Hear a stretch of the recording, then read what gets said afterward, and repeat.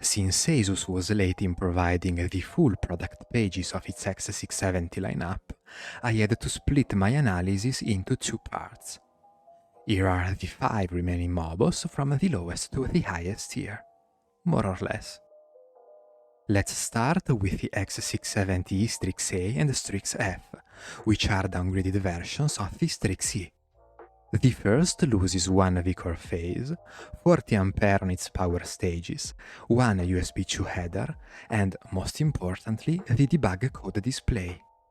Then, trades the previous reinforced PCI 5x4 slot for a bare Gen 3x1, and one M.2 PCI 5 socket for a Gen 4.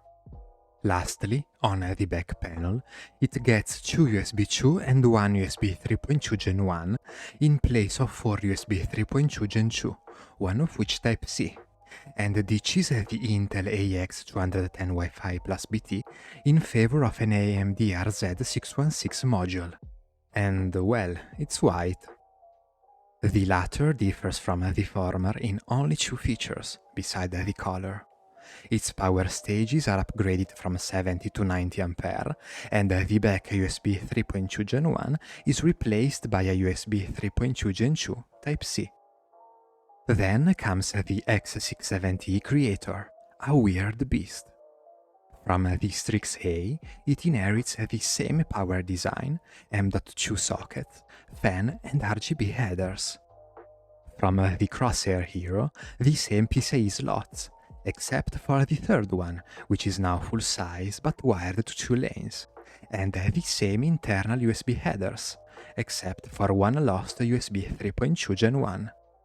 From the TAF it gets the absence of the clear CMOS button and debug code display, but also the presence of the same SATA ports and audio codec, although 2 ports are now missing. From the Crosshair Extreme, the same LAN options, both wired and wireless. Unique to the Creator is the back USB situation. 1 USB 2, 7 USB 3.2 Gen 2, 1 USB 3.2 Gen 2x2 Type-C, and 2 USB 4 Type-C with DP support, not only via integrated graphics, but also dedicated. This is what the DisplayPort input is for. As usual, there's an HDMI 2.1 port as well. Next, there's the X670E Strix-I, the only mini ITX motherboard so far, for good reason. In fact, to accommodate all its features, ASUS had to add a good 4 daughter boards and an external gizmo, which we'll talk about later. First, the easy stuff. This is a 10-layer board with 8 12V pins, 5 V-core phases, and 1 SoC one, for a total of 12 110A power stages, most likely Vishay SiC 850. Anyway, they are all cooled down by a heatsink with an embedded fan and a small backplate. Of course, given the available space, there are only 2 DIMM slots and 1 reinforced PCI 5x16, but even 2 M.2 PCI sockets, 1 Gen 5 and 1 Gen 4. Where, you ask? Thanks to the first add-in card, the Gen 5 socket is here, above one X670 chipset.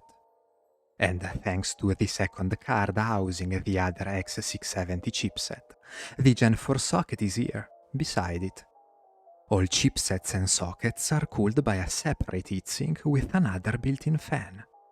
Staying on the subject of storage, the 2 SATA ports are located on the third daughter board, together with the clear CMOS jumper and 2 USB 2 headers. As for the rest, we have 1 USB 3.2 Gen 1, 1 USB 3.2 Gen 2, 2 fan plus 1 pump, and 2 RGB, of which 1 addressable. Moving on to the back panel, 3 USB 2 via the last add-in card, 5 USB 3.2 Gen 2, 2 USB 4 with DP support, and 1 HDMI 2.1. Whereas wireless 6E plus BT 5.2 is offered by an AMD RZ616 module, wired 2.5 gigabit per second is provided by an Intel i225V chip. As you can see, there is no audio on board, simply because it's been moved here, to this contraption called Hive. Specifically, the 2 ports and volume control dial are handled by an ESS9260Q DAC in combo with a Realtek ALC4050 codec. Apart from audio, it also includes one USB 2, one USB 3.2 Gen 2 Type-C, debug LEDs, and 3 buttons: BIOS flashback, PBO on-off, and quick access to functions such as reset, safe boot, and more. My question is, do you really want a motherboard with so many daughter boards, high new points of failure, 2 small fans, and this thing on your desk? I don't think so. So my advice is to wait for more rational alternatives if you really need a mini ITX. Finally, the X670E Crosshair Gen, a micro ATX board that's basically a smaller and, to some extent, better version of the Hero.